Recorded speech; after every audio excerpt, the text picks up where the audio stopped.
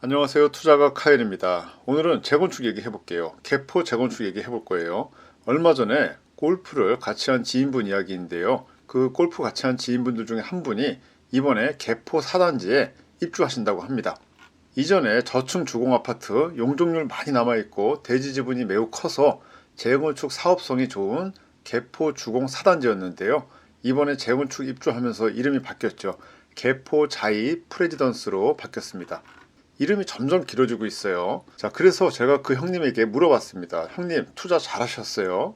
개포 주공 입주권을 언제 매수했어요? 이렇게 물어봤어요. 그러니까 그 형님의 대답이 이렇습니다. 1993년에 실거주를 위해서 1억 정도로 샀다. 대출도 받았고 그 당시 대출이자가 12%에서 13%였다 그래요. 투자고 뭐고 그냥 실거주로 산 거고 나중에 이사 나올 때 안 팔고 세를 주고 나왔다 그래요. 나도 이렇게 오를 줄은 몰랐다 그랬고요. 대형 아파트 받고 커뮤니티에 수영장도 들어와서 나도 매우 좋고 가족들도 매우 좋아한다. 이렇게 얘기를 합니다. 야, 참 대단하지 않아요? 저는 이 형님의 대답이 부동산 투자의 정석을 알려주는 것 같습니다. 93년도에 30년 전에 매수한 그것도 대출을 포함해서 1억에 매수한 이 아파트는 지금 대략 30억, 40억 합니다. 이분은 직장 생활 열심히 했고 이제 곧 은퇴하신다고 하고요. 직장인 투자의 정석이라고 생각이 되는 그런 투자를 한 거예요. 여기서 배울 수 있는 교훈을 정리를 해볼게요. 첫 번째, 부동산은 장기 투자해야 한다. 두 번째, 실거주하다가 이사할 때 팔지 말고 보유하면서 세 주고 나와야 된다는 거예요. 팔면 안 돼요. 자, 세 번째, 금리 비싸다고 이자 비싸다고 너무 속상해하지 말자. 감당 가능하면은 오케이, 괜찮다는 거예요. 부동산이든 주식이든 똑같습니다. 인생은 길어요. 10년, 20년 금방 갑니다. 저한테 뭐 부동산 주식 물어보는 분들 중에 얼마나 보유해야 되냐 그래요. 저는 대부분 한 10년 이상 생각하셔야 됩니다. 이렇게 말을 하거든요. 사실 그게 당연한 거잖아요. 그렇게 대답을 하면은 사람들이 에이 나 안 해. 뭐 이런 식으로 대답하는 분들이 많은데요. 사실 10년, 20년 금방 갑니다. 가치 있는 부동산, 가치 있는 주식을 사서 팔지 말고 장기 보유하면은 웬만하면은 성공해요. 자, 그리고 지금의 재건축 재개발 시장은 매우 위험합니다. 위험하다는 말은 단기 투자로 생각하시는 분들의 경우에요. 입지가 좋은 곳, 이렇게 개포주공 4단지처럼 입지가 좋은 곳은 20년, 30년 생각하면은 어디든 위험하지 않아요.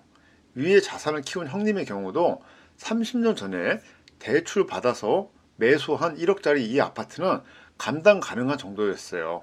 그러니 30년 보유를 할 수 있었고 이사 나갈 때 팔지 않고 세 주고 나가도 됐던 거잖아요. 그래서 결국은 재건축 아파트가 새 아파트로 바뀌고 입주하게 되는 이러한 꿀을 보게 되었죠.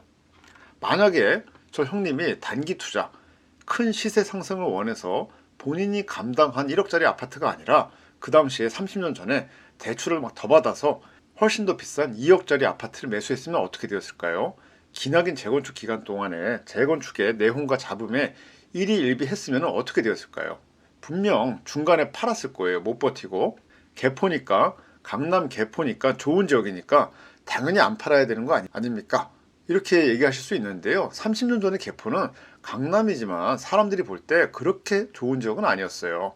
그래도 직장과 가깝고 아주 나쁜 지역도 아니었고요. 어느 정도 타협을 했던 거죠. 부동산을 살 때 내가 살 수 있는 최고의 물건을 영끌해서 산다. 이거는 반만 맞는 얘기입니다. 시장이 좋을 때는 최고의 물건이 최고의 상승이 됩니다.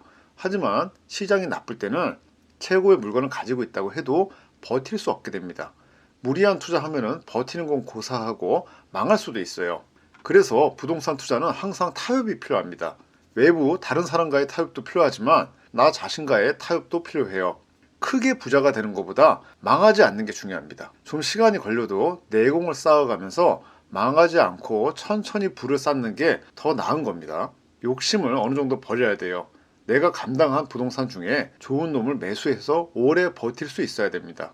너무 천천히 가서 언제 큰 부를 쌓냐고요? 천천히 간다고 해도 투자를 지속하면서 시간이 흐르면 부의 그래프는 이렇게 됩니다. 그러니까 직장인 투자가들은 걱정 안 해도 돼요. 직장 생활 열심히 하면서 투자 공부하고 투자를 꾸준히 지속하면 됩니다. 투자 공부도 투자 지속에 포함되는 거예요. 시장이 안 좋을 때는 약간 시장에서 떨어져서 공부하면서 시장을 지켜보고 또 부동산 하락장이 오면은 그때 또 적극적으로 참여하면 돼요. 그러니까 너무 걱정하지 말고 좀 장기적으로 보자고요. 자, 오늘도 좋은 하루 되세요. 감사합니다.